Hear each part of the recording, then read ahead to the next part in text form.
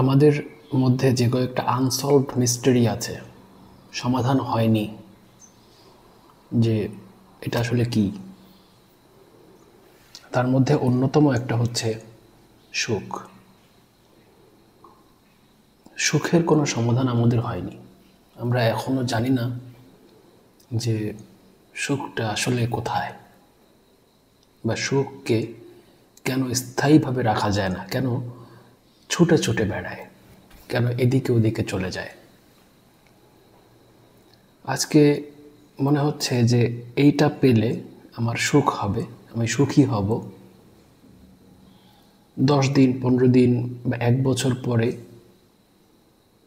ওই ব্যাপারটাই আমার জন্য একটা বিরক্তির কারণ হয়ে দাঁড়ায় বা দাঁড়াচ্ছে। সংসার এর একটা অন্যতম উদাহরণ। মানুষ খুব আনন্দের সঙ্গে সংসার করতে যায়, তারপর একটা সময় সে বলে জীবনটা একেবারে তেনা তেনা হয়ে গেল, কিন্তু খুব হইচই করে তারা ওর মধ্যে গিয়েছে। আজকে মনে হচ্ছে এই কাপড়টা কিনলে সুখী হব, ওই ফোনটা কিনলে, ওই ল্যাপটপটা কিনলে, অমুক দেশে যেতে পারলে, এই পুরস্কারটা পেলে, ইত্যাদি ইত্যাদি ইত্যাদি, এত সম্পদের মালিক হলে, এত খ্যাতি হলে। কিন্তু এই যত স্টেজের কথা বললাম, এই প্রত্যেক স্টেজের কাউকে না কাউকে তুমি খুঁজে পাবা যারা সুইসাইড করছে। চেস্টার বেনিংটন এর মধ্যে উল্লেখযোগ্য। লিঙ্কিন পার্কের ভোকালিস্ট ছিলেন, অত্যন্ত প্রতিভাধর শিল্পী। মানে এখনও লিঙ্কিন পার্কের তার একজন যে বিকল্প, এটা এখনও তৈরি হয়নি। ইদানিং নতুন একজনকে নিয়েছে, এমিলি নামে, ভালো গায়, কিন্তু Chester Bennington is Chester Bennington.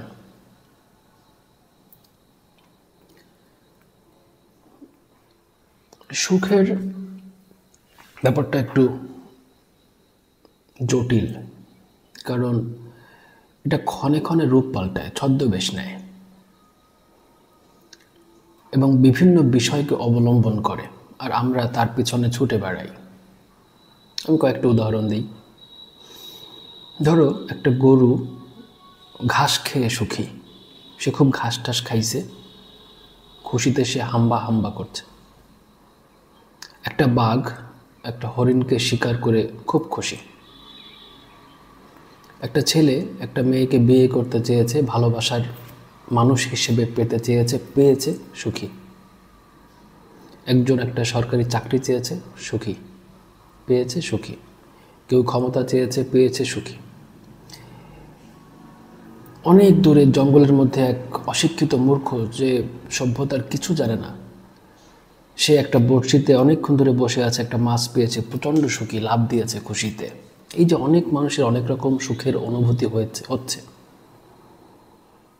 এর মধ্যে সুখগুলো কি আলাদা? এর প্রত্যেকের সুখের অনুভূতিটা কি আলাদা, নাকি সুখগুলো একই, অবলম্বনটা আলাদা? একই অনুভূতি, নানা রকম অবলম্বনে। ধরা যাক যে সুখের অনুভূতি এটা আদর্শ।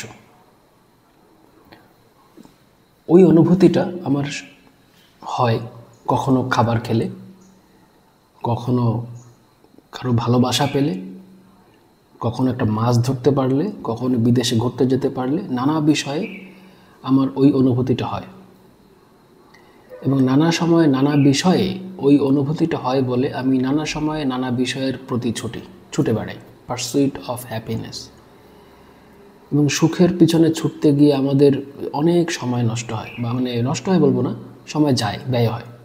ধরা যাক একটা চাকরি পাওয়াকে যে সুখ মনে করে, তার জীবনের 25 থেকে 30 বছর এর পেছনে চলে যায়, খুব কষ্ট করে নিজের বাড়ি ছেড়ে অন্য শহরে যায়, পড়াশোনা করে, মেসে থাকে, খেয়ে না খেয়ে শরীর খারাপ করে ফেলে, লবিং করে, কত লোকের সাথে পরীক্ষা দেয়, তারপরে একটা চাকরি পায়, তারপরে বলে আমি সুখী।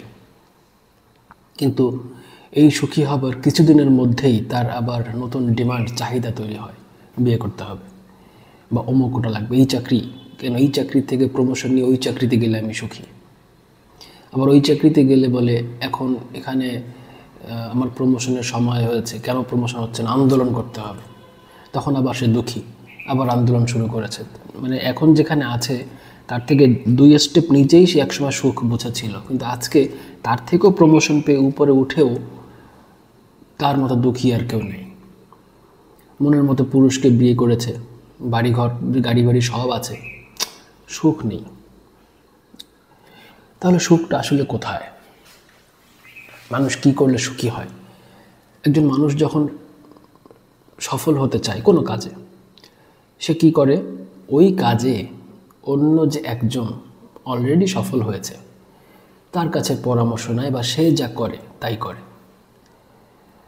যেমন অনেক ছেলে নায়কোচিত ভাব যেন আসে তার জন্য সালমান খানকে ফলো করে, তার মতো এক্সারসাইজ করে, ব্যায়াম ট্যাম করে।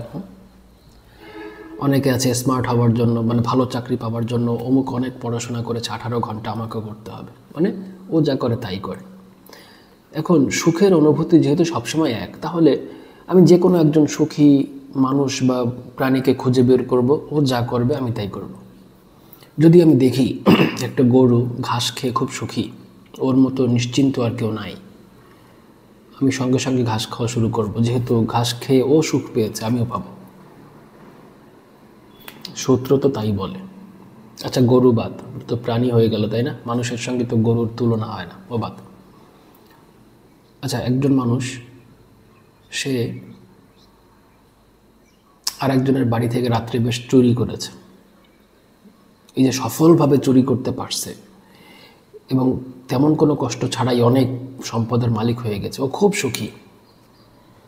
তাহলে এবার আমাকে ওর মতো চুরি করতে হবে, তাহলে আমিও সুখী হব। সূত্র তাই বলে। আচ্ছা, বাদ দিলাম ইল্লিগাল পথ, ওটাও খারাপ, বাদ দিলাম, বাদ। একটা ছেলে একটা মেয়ের সঙ্গে প্রেম করছে, মানে হয়ে গেছে আর কি, ওর সঙ্গে ঘুরছে, চটপটি খাচ্ছে, আমি দূর থেকে দেখছি ওদের সুখ, আর আমার জ্বলে পুড়ে একেবারে ছারখার হয়ে যাচ্ছি যে আমার সুখ নাই, ও এত সুখী। তাহলে ও সুখ পাচ্ছে কোথায়? ওই মেয়ের সাথে ঘুরে। তাহলে আমার সূত্র কি বলে? আমাকে ওই মেয়ের সাথে ঘুরতে হবে, রাইট? এখন ওই মেয়ে তোমাকে ঘুরতে দেবে না, কারণ ও তো অলরেডি এক জায়গায় ঘুরে ফেলছে। তাহলে আমার আর সুখ নাই, শেষ। আচ্ছা, বাদ দিলাম ওই মেয়ে, অন্য একটা মেয়ের সাথে ঘুরতে হবে, তাহলে সুখ হবে, তাই না? ব্যাপারটা কি আসলে এরকম হয়?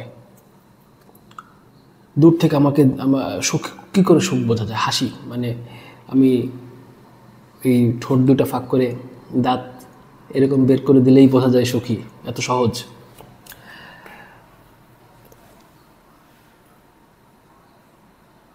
ইউরোপিয়ান আমেরিকান কান্ট্রির মানুষজন বা G7 G8, মানে এখন মনে হয় G7 একটা দেশ চলে গেছে, সম্ভবত রাশিয়া, তারা ধারণা করে বা তাদের দেশের মানুষের ধারণা যে অর্থবিত্ত এটাই হচ্ছে সুখের মাপকাঠি। এবং এশিয়ান কান্ট্রির মানুষদেরকে নিয়ে তারা অনেক হাসি ঠাট্টা করে যে জীবনমানের নিচে বসবাস করে, এত ক্যালোরি খাবার খায়, এদের আমাকে মানে রীতিমতো করুণা করে, অনেক কিছু দিতে চাই, নাও তোমরা নাও। আমরা ওই দেশে গেলে আমাদের বলে কামলা। যদিও আমরা লাফাতে লাফাতে যাই, টাকা পয়সা নিতে যাই, এবং আমাদের দেশে কোনো রাস্তায় সাদা চামড়ার মানুষ থাকলে আমরা একটু আগ বাড়িয়ে কথা বলতে যাই যে ওর সাথে কথা বলতে গেলে আমার একটু সম্মান বাড়বে। আমাদের সেই ব্রিটিশ আমলের সেই দাসত্ব ভাবটা এখনও যায়নি। আমি তো একটা পর্যটন কেন্দ্রের কাছে থাকি, অনেক সময় বিদেশিদের দেখি আসে, তো কিছু মানুষ ঝাঁপ দিয়ে পড়ে একটু কথা বলার জন্য এবং খুব গর্ববোধ করে এবং গল্প দেয় 7 দিন, অনেকে আছে 1 বছর গল্প দেয় যে আমি কথা বলেছিলাম। তো তারা মনে করে অর্থবিত্ত না থাকলেই মানুষ অসুখী, এবং এশিয়ান কান্ট্রি সব অসুখী। তোমার কি মনে হয় যে সব অসুখী? তুমি আশেপাশে দেখো, অনেক সুখী মানুষ আছে, টাকা পয়সা নাই। কি করে সম্ভব?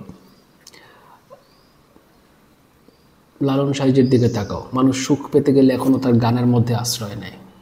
গরিব মানুষ, একটা ভালো একতারা কেনার সামর্থ্যও ছিল না। রবীন্দ্রনাথ ঠাকুর জমিদারি ফেলে তার কাছে যেয়ে বসে থাকতেন। তার কাছে গেলে সুখ পাচ্ছে কেন? তার গানের মধ্যে কি এমন আছে যে সুখ পাচ্ছে মানুষ? সুখ খুবই জটিল, আমরা সুখ চিনি না, তাই উদ্দেশ্যহীনভাবে ছুটে বেড়াই একটার পিছনে আর একটা। কখনো কখনো এক একটা বস্তুর পিছনে আমরা সুখ আঠা দিয়ে লাগাই দিই যে ওই সুখ, সম্মান, এই সম্মান পেলে আমি সুখী। দেখা যায় ওই সম্মান পেতে পেতে জীবন চলে গেছে, সম্মানও আসে নাই, সুখও আসে নাই। ঘরের মধ্যে স্বামী স্ত্রীর মধ্যে এই ব্যবহার করলে আমি সুখী, আমার স্বামী যদি এরকম হয় আমি সুখী, স্বামী ভাবছে আমার স্ত্রী যদি এরকম হয় তাহলে আমি সুখী। এই স্বামীও কোনো দিন ওরকম হয় না, স্ত্রীও কোনো দিন ওরকম হয় না, দুইজনেই অসুখী থাকে, ঝগড়া ফ্যাসাদ লেগেই থাকে।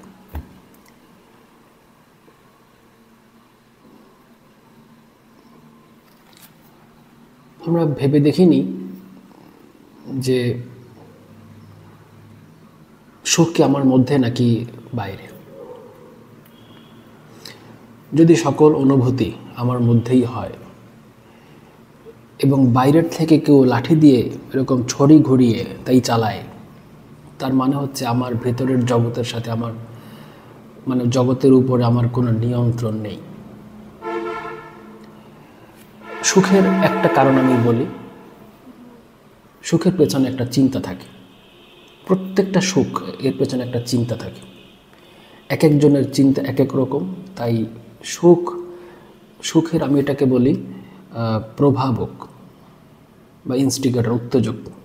যে যা দেখে সুখ উত্তেজিত হয়, বিকশিত হয়। অনেকটা সারের মতো।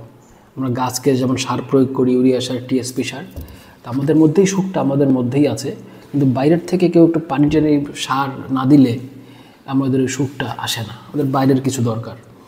যেমন তোমাকে কেউ ভালো কথা না বললে তোমার মোটে ভালো লাগে না, যে আমাকে কেন ভালো কথা বলে না, আমার সাথে কেন ভালো করে কথা বলে না, এই জন্যই আমার সুখ হয় না। কেন আমাকে সম্মুখ সালাম দিল না বা সম্মান করলো না, এজন্যই আমার সুখ হচ্ছে না। আমরা সবসময় সুখটাকে বাইরের দিকে ছেড়ে দিই, নির্ভরশীল। আমাদের সুখটা হচ্ছে পঙ্গু, প্রতিবন্ধী সুখ, অন্যের উপরে ভর করে চলে। আমরা চাকরির কাছে সুখ ছেড়ে দিয়েছি, কারো ভালোবাসা পাবার প্রতি সুখ ছেড়ে দিয়েছি, কবে বসন্ত আসবে তারপরে আমি সুখী হব এরকম সুখ ছেড়ে দিয়েছি। এই পৃথিবীটা আমার মতো করে হবে, সবাই আমার মতো করে ভাববে, আমার মতো করে চলবে, আমার মত প্রতিষ্ঠিত হবে, তারপরে আমি সুখী। এই করতে করতে আমরা নিজেদের সুখকে প্রতিবন্ধী করে ফেলেছি, বুঝতে পারিনি এই সুখটা আসলে কোথায়। মানুষের এক একটা চিন্তার সঙ্গে সুখের সংশ্লিষ্টতা করে নেয়, সে নিজে নিজে বানিয়ে নেয়। যেমন যদি আমি মনে করি যে প্রিন্স চার্লসের পাশে যদি বসতে পারি তো আমার সুখ, এটাই আমি সুখী মনে করবো, আমি পৃথিবীর সুখী মানুষ।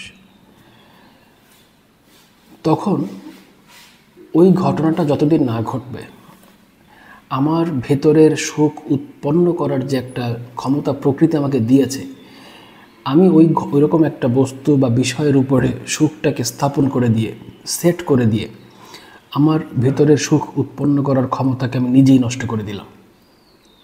বলা যায় নিজেকে পঙ্গু করে দিলাম।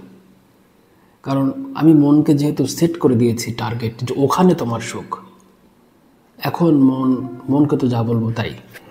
মন একবারটা কিছু সেট হয়ে গেলে মন তখন গাধার মতো শুধু ওটাকেই ফলো করে।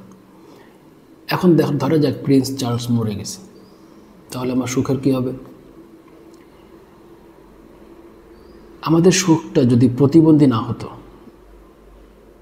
যদি বিষয়ের উপর নির্ভরশীল না হতো, বরং আমার ভেতরের আলোয় যদি বাইরে আনন্দ ছড়িয়ে পড়তো, এটা কেমন হতো? ধরা যাক একটা বাগান, ফুলের বাগান, এখানে বসে আমার মনে সুখ নাই, আমি দুঃখের কথা ভাবছি। অর্থাৎ সুন্দর একটা বাগান, কিন্তু আমার মনে সুখ নাই। আমি ওই বাগানের মধ্যে বসেও আমি কোনো ফুলের ঘ্রাণ পাচ্ছি না, প্রকৃতির কোনো সৌন্দর্য দেখতে পাচ্ছি না, আমি শুধু দুঃখ আর দুঃখ খুঁজে পাচ্ছি। কারণ আমার সুখ বোধের অনুভূতিটাই নাই, আমি বুঝতেই পারতেছি না যে খুঁজবোটা কোথায়। ভিতরে আমার হচ্ছে অন্ধকার, তাই বাইরেও দেখি অন্ধকার। মানুষের মন হচ্ছে একটা চশমার মতো।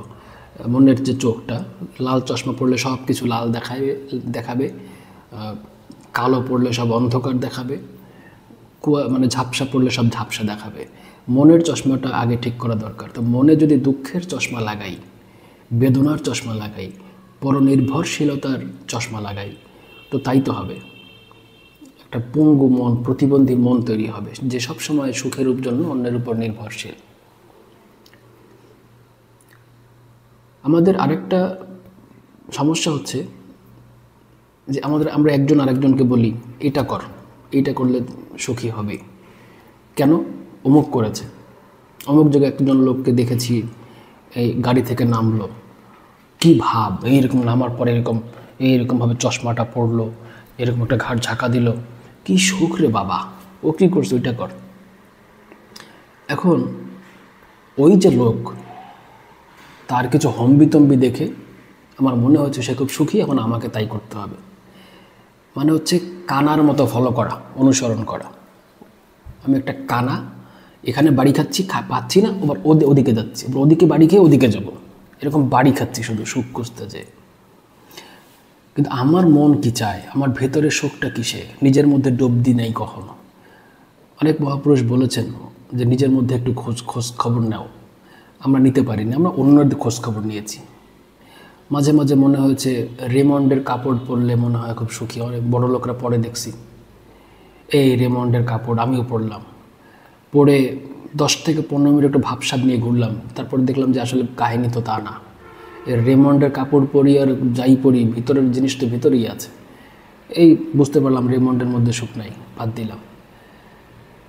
iPhone 16 maybe it brings piece. iPhone 16 কিনলাম, দেখলাম ফিচার টিচার সব একই, ওই একই ঘষাঘষি। আমরা যে অনেক সময় আমরা প্যাকেটের উপর আকর্ষিত হই, যে ধরো তোমার একটা ফোন আছে iPhone 16, 15, কোনটা যেন বের হয়েছে, এই ফোনটা দিয়ে তুমি খুব একটা ভাবে আছো। আমার প্রশ্ন হচ্ছে, এই ফোনে তোমাকে কে ফোন করে? অনেকে আছে একটা বাটন ফোন নিয়ে 1000 কোটি টাকার সম্পত্তি চালায়, মানে তার লোকদেরকে ম্যানেজ করে। তোমার এই ফোনে ফোন দেয় কে? কী মেসেজ দাও, কোন টাইপের কথা হয়? ব্যবহারটা হচ্ছে আসল। মানে প্যাকেটটা কত চকচকেটা, বরং প্যাকেটের মধ্যে কি আছে এটা হচ্ছে আসল। তো ধরো আমার মনের মধ্যে এখন আনন্দ আছে, তোমার মনের মধ্যে আনন্দ আছে, তুমি খুব সুখী মানুষ। তোমার এই সুখটাকে তুমি চাইলে ছড়িয়ে দিতে পারো। তোমার সুখের স্পর্শে একটা এলোমেলো জঙ্গল সুন্দর বাগানে পরিণত হতে পারে। এই কাজ করেছে অনেক মানুষ। লিওনার্দো দা ভিঞ্চি করেছে। তার মনের মধ্যে যে আনন্দের বন্যা বয়ে যেত, তাকে ছবির মধ্যে ফুটিয়ে তুলেছে, যা অনেককে আনন্দ দিয়েছে। অর্থাৎ সে বাইরে আনন্দ খোঁজেনি, বরং তার ভেতরের আনন্দ, ন্যাচারাল যে আনন্দ পরনির্ভরশীল না, কবে আমার ছবি বিক্রি হবে, কি আমাকে নোবেল দেবে বা অন্য পুরস্কার দেবে, তারপরে আমি সুখী হব। আমাদের একজন স্বনামধন্য কবি আছে বাংলাদেশে, নাম বলবো না, লম্বা দাড়ি, দেখতে রবীন্দ্রনাথ ঠাকুরের মতো, নাম বলবো না। এই কিছুদিন আগে উনি বলেছিলেন, এই পুরস্কারটা আমি এখনও পেলাম না। এবং ওনার বয়স অনেক, মানে সম্ভবত 70 আপ, 80-র কাছাকাছি। এই পুরস্কারটা এখনও আমাকে দেওয়া হলো না, এটা আমার মনে একটা আক্ষেপ হয়ে থাকলো। অথচ ওনার পুরস্কারের অভাব নেই, অন্যান্য পুরস্কার বা ওনার খ্যাতির অভাব, সবাই তাকে চেনে, কোনো কিছুর অভাব নেই। 80 বছর বয়সেও বলছে এই পুরস্কারটা পেলাম না, মানে তাকে পুরস্কারটা দাও। তো মানে বলার পরেও সরকার তাকে এখনও দেয়নি, এটা একটা লজ্জার বিষয়। উনি ওই পুরস্কারের মধ্যে একটা সম্মান বা সুখ খুঁজে পেয়েছেন, যেটা উনি 80 বছর বয়সেও পান নাই। হয়তো পাবেন কিনা সামনে, আমার সন্দেহ আছে। তো এরকম পরনির্ভরশীল লিওনার্দো দা ভিঞ্চি ছিলেন না, বরং ওনার আলোয়, ওনার ভিতরের আনন্দে সবাইকে আনন্দিত করেছেন। রবীন্দ্রনাথ ঠাকুর এত যে লেখা লিখেছেন, দুঃখের কথা লিখছেন, তারপরেও আনন্দ লাগে। আমরা পরনির্ভরশীলতা বাদ দিতে পারি, বাদ দেওয়া উচিত। কারণ প্রতি মুহূর্তে আমরা অমুকের মধ্যে সুখ আছে, এটা হলে সুখী হব, ওটা হলে সুখী হব, কেন ওটা হচ্ছে না, এগুলো ভাবতে ভাবতে আমরা আমাদের মনকে এতটাই দুর্বল করে ফেলেছি, এতটাই পঙ্গু করে ফেলেছি যে সে এখন হামাগুড়িও দিতে পারে না। একজন পঙ্গু মানুষ অ্যাটলিস্ট একটা স্ক্র্যাচে ভর করে হাঁটতে পারে। আমরা আমাদের সুখকে এতটাই অন্যের কাছে ঋণী নির্ভরশীল করে দিয়েছি, পরমুখাপেক্ষী করে দিয়েছি। আমাদের মন বা আমাদের সুখ এখন হামাগুড়িও দিতে পারে না। একটু নড়ে চড়ে গেলেই সুখ শেষ, একটু নড়ে চড়ে গেলেই সুখ শেষ। সুখের সঙ্গে আমাদের অনেক অহংকার যোগ হয়েছে। আমি এত সম্মানের প্রাপ্য, আমাকে অমুক কেন এরকম বলল, কেউ আমাকে কিছু বলল, কেউ আমাকে নিয়ে কিছু ভাবলো, ও আমাকে নিয়ে এরকম ভাবে, আমার ঘুমোচ্ছে না রাত্রে। আমি অনেক মানুষকে দেখি আজকে খুব সুখী, এটা হয়ে গেছে, আমি খুব সুখী, পরের দিন তার নতুন ডিমান্ড তৈরি হয়েছে, এই মাথার শিরা ফুলে উঠছে, ঘুমায় না। তাহলে আমি বললাম যে আগের দিনের সুখ কোথায় গেল ভাই? আগের দিন বললেন যে সব হয়ে গেছে, ফুলফিল। না না না, এটা হয়েছে, কিন্তু এইটা না হলে, এইভাবে একটা গাধার মতো মূলার পিছনে ছুটে বেড়ানো। আমরা কেমন হয় যদি আমরা নিজের ভেতরে একটু খুঁজি, নিজের ভেতর থেকে একটু ঘুরে আসি, দেখি যে কোন হরমোন দিয়ে কিভাবে, কোন মেকানিজমের মাধ্যমে এই সুখটা চলে। যদি বাইরের থেকে একটা বড়শিতে একটা মাছ উঠলো, এই ঘটনাটা যদি আমার মনের বিশেষ হরমোনকে নিঃসৃত করে সুখ উৎপন্ন করতে পারে, আমি নিজে কেন পারি না? কেন আমাকে বড়শি দিয়ে মাছ উঠাতে হবে? কবে একটা ল্যাম্বরগিনি গাড়ি কিনবো বা ম্যাকলারেন F1 কিনবো, তারপরে আমার সেই হরমোন নিঃসৃত হবে, তারপরে আমি সুখী বোধ করবো? জানো, সুখ একটা হরমোন থেকে আসে।